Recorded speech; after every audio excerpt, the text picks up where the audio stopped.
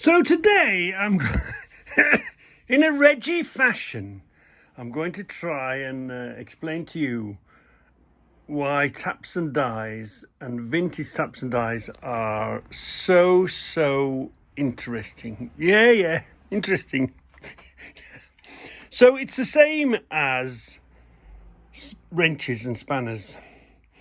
They open a nut or a bolt. So if you want to open that nut, you can use a modern sort of one. I've buried them. You can use a big spanner, you can use a small spanner, you can use a wrench, a large, a medium and a small wrench. It does the same job, which twists this. You can even, if you're into your vintage stuff, you can get yourself, I've cocked that up, hold on. Let's shut this door. Right, come on. That's okay, but it's very rattly, everything in there. So let's carry on. You can get yourself a tadpole. You can get yourself a vintage tool, wrench, whatever it is, to do the same job. But as interesting as wrenches are, in all their forms, in all their shapes and forms, whether they be newer ones or older ones, they do the same job. But let me try and explain about taps and dies, how interesting they are, how varied they are, and it's not just, obviously it's the same job as that is. You've got to get something to turn that, and that's wrenches, and that's a whole nother story. So the next part of that is the thread. But there is so many different threads, so many different sizes, so many different makes, and especially when you go down the old path, some, the Little Giant like to put the suede on the little boxes. They even make them in different places. Look, Little Giant. Let's see. Let's put the light on that. There we are. There's Little Giant. But this Little Giant, can you see it, is Greenfield, Massachusetts, okay? But then we've got another Little Giant here. It's made in Ontario, in Canada. Come on, have a real good, can you see it? Same firm. Is that a better one? I should have really cleaned these up for you to see better, shouldn't I? But there we are, look. There it is. And again, it's a Little Giant, look. But this one is in Ontario, in Canada. So, same name firm, different place. Here's an S card. Now, there's the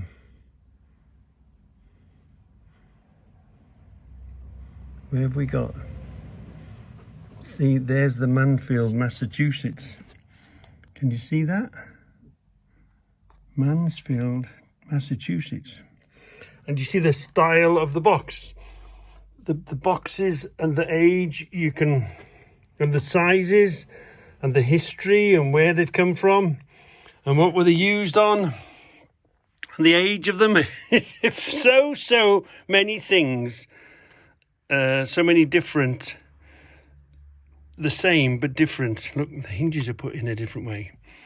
The wood on them is different. The sizing on them is different. Most of my stuff here is Whitworth, but I've got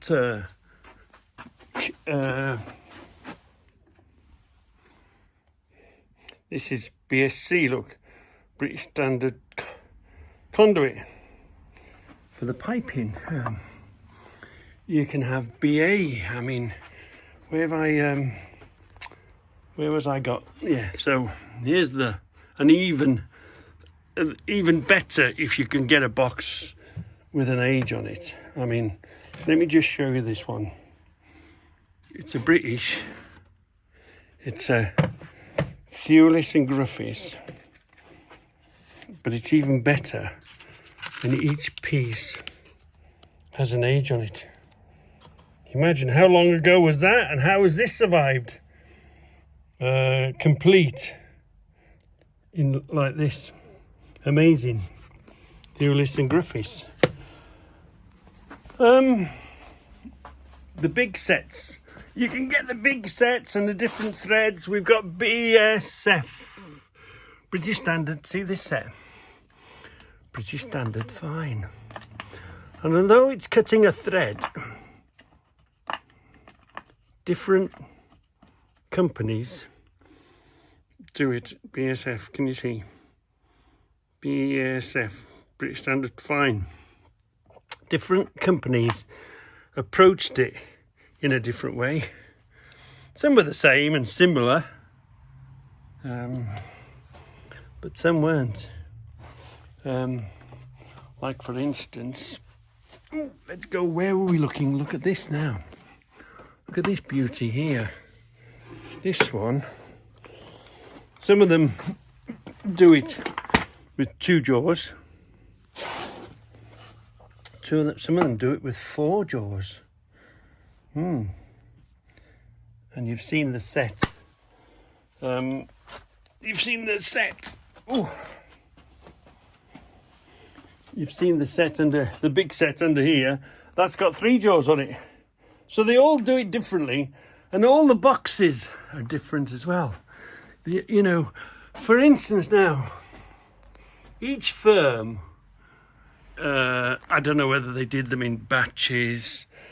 I don't know whether they did them in, you know, we do this for 6 months and then we change. But they all have similar boxes, similar designs of boxes. Some of them have the plywood on top as a lid. Some of them are tongue and groove. Some of them are just purely out of one piece of wood.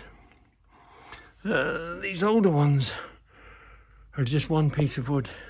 So there's such a trail to follow. Once you pull each one out and look at each one, it drives you mad, it does. It drives you, and the markings that you can find, and you find one box next to another one. So let's try and the excitement of, let's see, we have a look in here. Look, let's have a look at this. Finding the books, right? Finding the books, finding the age of the book, a 1930. A 1930 book, wow. Right, so 1930 book. Let's have a look at box, yeah. So we look at box and we look at box spanners. We are box spanners. Box spanners is in, I've got to look away so I can see it, yeah. Box spanners is 283 to 291. So we turn to that page, 283, 291, and everything in between. And look at this, and we find that. And then we look at what we've got in the collection. Here it is. The Reliable Ratchet Box Spanner Set. And here we are. The Reliable Box Spanner Set. The very, very same. The very same. In the very same page in the book and the age of the book. Connecting all the, you know, and all the firms and what did they do and what did they work on. These taps and dies, once you get into them and once you start thinking about them, are absolutely fascinating. Well, they are to me, and I hope this has sort of given you an insight into, they're not just old dull taps and die sets. They are very, very interesting, and they're our history. Our grandfathers, our fathers and grandfathers, and in some cases great-grandfathers have worked on them, and they've managed to survive. And there's not a lot of things, okay, because they're made of steel, these survive, but there's not many. This box, how many wars has this survived? How many bombings, how many factory burnouts? You know, to survive this long, he's a little hero. This little box is a little hero, isn't it? Yeah. Like all things that survived, all those sort of things. But anyway, yeah, I absolutely, thoroughly enjoy and take great interest, huge great interest in, all right, I should look after them a bit better, clean them all up and stay on top of them. But obviously time is your enemy, innit? So anyway, I hope that's given you a little insight into the world of taps and dies. So, if my video has piqued your interest, I'm not very good at entitling my films. You're on Reggie on the Road now watching this. If you want to see the whole collection, and if there's something in there that you want me to look at closer, clean up and put under the, well, it's not the Light of Truth anymore. It's the second cousin along, twice removed, Light of Truth. I'm not worthy, Light of Truth, because James of Time Flies in the Shop has got me well and truly beaten on that case. So it's the long lost distant cousin of James's Light of Truth. But if you want me to put the Light of Truth on it and have a closer look, I have done a complete. But I didn't have as many. I have done a complete review of the whole set. So go find this if it piqued your interest, or you want to know a bit more about the collection. A catch up. It meant to say catch up. It says catch on the Taps and Die collection, a better film, because I had done a film but it wasn't so good. Anyway, if you want to know a bit more about my collection, catch that film and go see what you think. Just a quickie. If you're in a bit of a financial pickle and a bit of a, you get mail from your bank, just get yourself a golden. Get yourself a golden. Eat the mail. What you never had, you don't worry about. So we've charged up our Scala headsets. So, you've got one for one rider and you've got another for another rider. So you expect that you need two. But then to plug these into the Goldwing or a Harley, whatever you've got, when I read the bump, I thought to myself, oh, I'll buy one of these. It'll be great.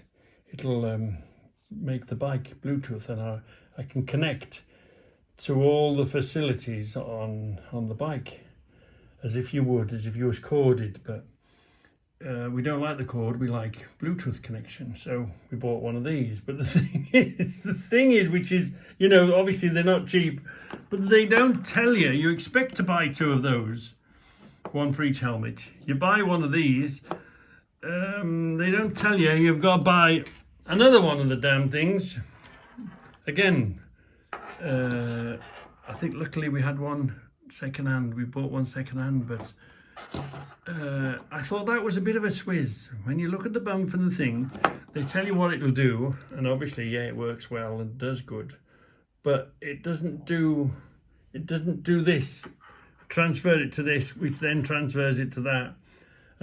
This has to go to that, and that has to go to this, which was, But anyway, fully charged. There's a good 8 hours in these. Although they're small and tiny, they're fantastic. These are the same, little tiny things, but they easily last a day's riding. And obviously, in the night in the hotel, you've got to charge them up again, haven't you?